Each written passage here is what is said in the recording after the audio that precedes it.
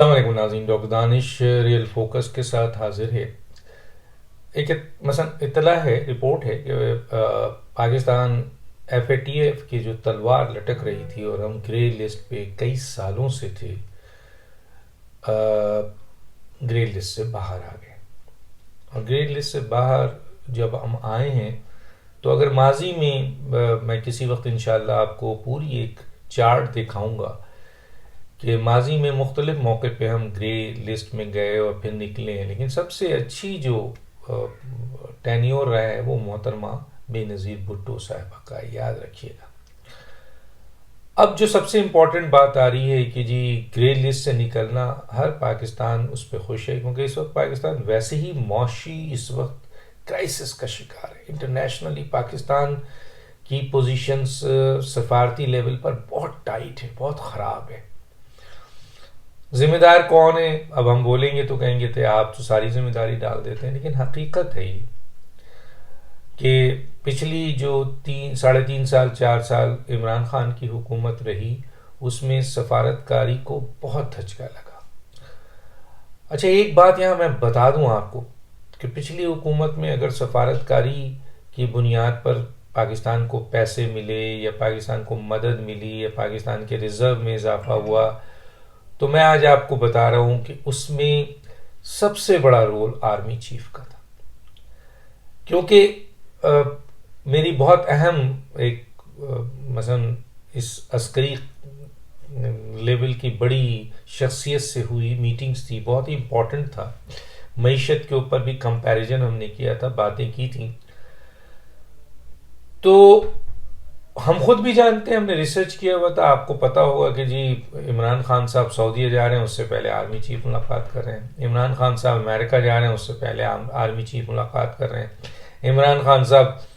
آپ کے ایران جا رہے ہیں، اس سے پہلے آرمی چیف ملاقات کر رہے ہیں۔ چین جا رہے ہیں، آرمی چیف ملاقات کر رہے ہیں۔ گویا پاکستان کی سفارتکاری کو ویسے بھی فورن پالیسی میں ہمیشہ پاکستان کی فوج کا ایک رول رہا ہے، ڈپلومیسی میں ان کا ایک رول رہا ہے ایک حد تک، لیکن اس 4 سال میں عمران خان کی اسٹیبلشمنٹ نے یا فوج نے بہت زیادہ بڑھ کر سپورٹ کیا، اور اس کی شاید وجہ یہ تھی کہ اس حکومت کو لانے میں ان پر الزام تھا کہ یہ اس حکومت کو لائے ہیں۔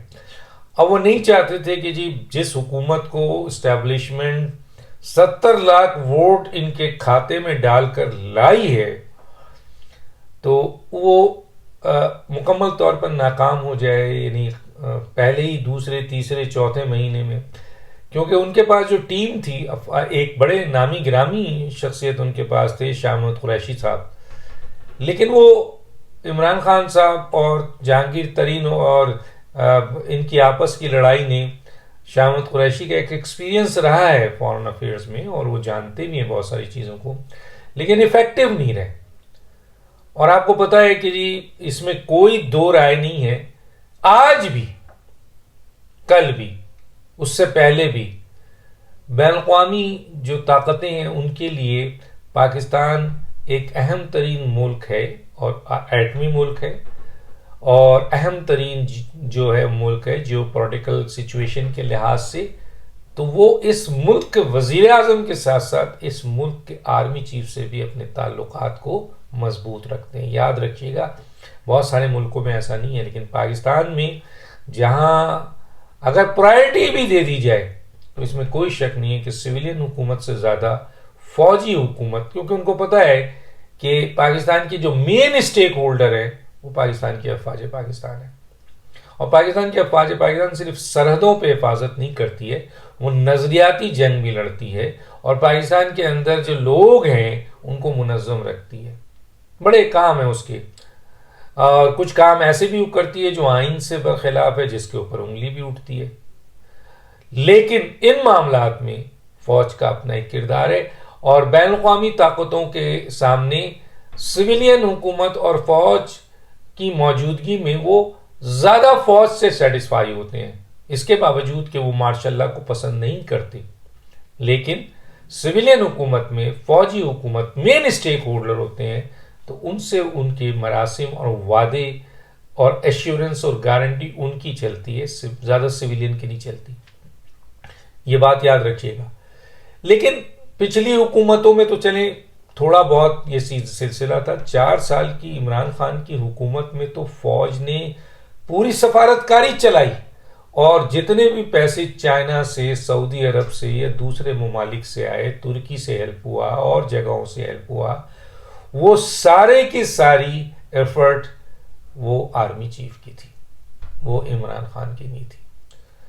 اور اس سلسلے میں ایف اے ٹی ایف کے سلسلے میں بھی انہوں نے جا کر جب سفارت، کیونکہ ایک بات یاد رکھیے گا، یہ انٹرنیشنل پولیٹیکل آپ کے پولیٹیکو آپ کے فارن افیئرس کا مسئلہ ہوتا ہے۔ صرف آپ کو وہ چند جو ٹیررزم کے حوالے سے یا فائنانس کی منی لانڈرنگ یا غلط چیزوں کے حوالے سے وہ آپ کے جو سوالات ہوتے ہیں اس کے اوپر ان کا انحصار نہیں ہوتا ہے، زیادہ انحصار ہوتا ہے کہ جی 2 باتوں پہ، کہ جی ملک آپ کی سفارتکاری کیسی ہے، اور دوسرے ملک پاکستان کی حکومت پہ کتنا اعتبار کرتے ہیں۔ یہ 2 بڑی باتیں ہوتی ہیں۔ تو سفارتکاری آپ اگر یہ کہتے ہیں کہ جی یہ ایف اے ٹی ایف سے پاکستان نکلا ہے تو اصل سفارتکاری عمران کے زمانے کی ہے، ہم مان لیتے ہیں، اور وہ سفارتکاری اگر مانا جائے تو وہ تو آرمی چیف کی، آپ کی تو ہے ہی نہیں۔ اور میں اگر غلط کہہ رہا ہوں تو آئیے بیٹھاتے ہیں آرمی چیف کو بھی، آپ بھی بیٹھیے، ابھی 2 منٹ میں طے ہو جاتا ہے، اور جو سفیر ہیں باہر کے ان سے بھی پوچھ لیجئے، کیونکہ ہم تو جب بات کرتے ہیں تو معلومات لے کے کرتے ہیں، اپنے پیچھے اسٹرانگ پوزیشن لے کے کرتے ہیں۔ تو چنانچہ اگر آپ یہ کلیم کر رہے ہیں، چند لوگ کلیم کر رہے ہیں کہ جناب سفارتکاری بلاول بھٹو، حالانکہ بلاول بھٹو سفیر بننے کے نہیں، وزارت خارجہ لینے کے بعد جس طرح انہوں نے دورہ کیا اور جس طرح انہوں نے بالکل لوگوں سے جا کے بات کی ہے مختلف ممالک میں، تو یہ اپریسیشن ہے، اچھی بات ہے۔ اور ان کے والد صاحب بھی ایک بڑے کامیاب فارن منسٹر تھے، نانا بڑے کامیاب فارن منسٹر تھے، اور انہوں نے بہت تیزی سے ایوب خان کے زمانے میں فارن منسٹری کی تھی، اور اس کامیابی کی بنیاد پر پھر اس ملک کے وزیر اعظم بھی بنے تھے۔ تو بلاول بھٹو نے فورن منسٹر بننے کے بعد فوراً دورہ کیا اور مختلف ممالک میں گئے، اور ان کا بھی رول ہے۔ لیکن اگر مان لیں ہم کہ جناب پچھلی حکومت میں سفارتکاری کی گئی تھی، بات کی گئی تھی ملکوں سے، تو وہ شاہ قریشی نے یا عمران خان نے نہیں، عمران خان نے تو پوری سفارتکاری تباہ کر دی ہے پاکستان کی۔ وہ تو جنرل باجوہ صاحب کو، آپ پاکستانی فوج کے سربراہ کو آپ دعائیں دیں کہ جنہوں نے پرسنل ایفرٹس کی اور سفارتکاری کو اس لیول پر رکھا کہ آپ کو ان 4 سالوں کو چلانے کے لیے بہت فنڈز ملے، اور وہ سارا کا سارا کریڈٹ جاتا ہے باجوہ صاحب کو۔ دیکھیے آج 2 مہینہ 2.5 مہینہ اس حکومت کو ہوا ہے اور گرین لسٹ سے نکل گیا ہے۔ اور دوسری وجہ یہ ہے کہ یہ جو حکومتیں ہوتی ہیں، جو بین الاقوامی طاقتیں ہیں، یہ بھروسہ کرتی ہیں، چائنا ہے، ترکی ہے، انہوں نے ووٹ دیا، سپورٹ دیا، اوروں نے ووٹ دیا، اس چیز کو دیکھتے ہوئے کہ پاکستان میں حکومت کس کی ہے۔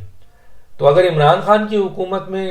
گرے لسٹ سے نکلتے ہیں تو ان کی حکومت پر اعتماد ہوتا بین الاقوامی طاقتوں کا، نہیں نکلے، کئی آپ کے اجلاس ہوئے لیکن نہیں نکلے۔ اور جیسے ہی شہباز شریف صاحب کی حکومت آئی ہے، ایک اتحادی حکومت آئی ہے جس میں پیپلز پارٹی بھی ہے، پی ایم ایل این بھی ہے، جے یو آئی بھی ہے، تو آپ دیکھیے کہ بین الاقوامی طاقتوں نے اعتماد کیا اور آپ کو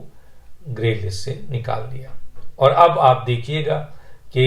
چائنا نے بھی آپ کو فنڈز دے دیا، ترکی اور دوسرے جو ممالک ہیں انہوں نے مؤخر کر دیا، سعودی عرب کو دیکھ لیجئے، اور مزید فنڈز آنے کے چانسز ہیں، آئی ایم ایف اب آپ کو وہ کر رہا ہے مثلاً۔ تو یاد رکھیں یہ جو پورا کریڈٹ جاتا ہے اس میں 3 آدمی کا کریڈٹ ہے، ایک جنرل باجوہ صاحب کا جو کہ اس دور میں انہوں نے سفارتکاری دی، اس پوزیشن پہ فوج آ گئی تھی، مجبور تھی بیچاری کہ وہ لے کے آئے تھے۔ وہ یہی کہتے ہیں جب آج بات ہم کرتے ہیں کہ ہم لائے تھے، اور اگر ہم، یہ تو بالکل نااہل لوگ تھے، انہوں نے تو کچھ بھی نہیں کیا، لیکن اگر ہم لائے تھے اور ہم کچھ بھی نہ کرتے ان کے لیے اور یہ کچھ بھی نہ چلتے تو ساری باتیں ہم پر آ رہی تھیں اور یہ باتیں بھی ساری آتی. تو چنانچہ ہمیں سفارتکاری کرنی پڑی، یعنی فوج کو سفارتکاری پڑی. تو عمران خان صاحب اور ان کے ساتھیوں کے لیے یہ میسج بہت ہے کہ خود پاکستان کی اہم ترین ادارہ یہ مانتا ہے کہ عمران خان کو چلانے کے لیے انہوں نے ایکسٹرا آرڈینری کام کیا، ایکسٹرا آرڈینری سفارتکاری کی، جس کے تحت پاکستان کو اتنا فنڈز ملا کہ پاکستان سروائیو کیا اس زمانے میں جب عمران خان صاحب کی حکومت تھی. اور آج بلاول بھٹو بالکل ان کے نانا کے اندر وہ چیز تھی، وہ بھی ہے. اور جانتے ہیں پیپلز پارٹی ایک بڑی سیاسی جماعت ہے، ان کو پتہ ہے فورن پالیسی کیا ہے، ان کو پتہ ہے فورن ڈیلنگ کیا ہوتی ہے، ان کو پتہ ہے کہ جی کن ملکوں سے تعلقات رکھنا ہے، کن لوگوں کو لے کے چلنا ہے. اگر وہی گیس پائپ لائن جو ایران والی تھی اگر ہو جاتی تو آج پاکستان کو گیس کا پرابلم ہی نہیں ہوتا. بہت سارے مسئلے ایسے ہیں جو میں کسی وقت ڈسکس کروں گا، لیکن بظاہر اس وقت ان کا رول بہت اچھا ہے. اور موجودہ اس وقت شہباز شریف کی اتحادی حکومت کے اوپر امریکہ سمیت تمام بین الاقوامی طاقتوں کا اعتماد نظر آیا ہے. اور یہ ایک چیز بھی نظر آئی کہ جی موجودہ حکومت شہباز شریف کی حکومت اتحادی اور فوج ایک پیج پہ کھڑے ہیں، جس کی بنیاد پر آج آپ گرے لسٹ سے باہر ہیں. تو دانش کو یاد دیجیے. اللہ حافظ.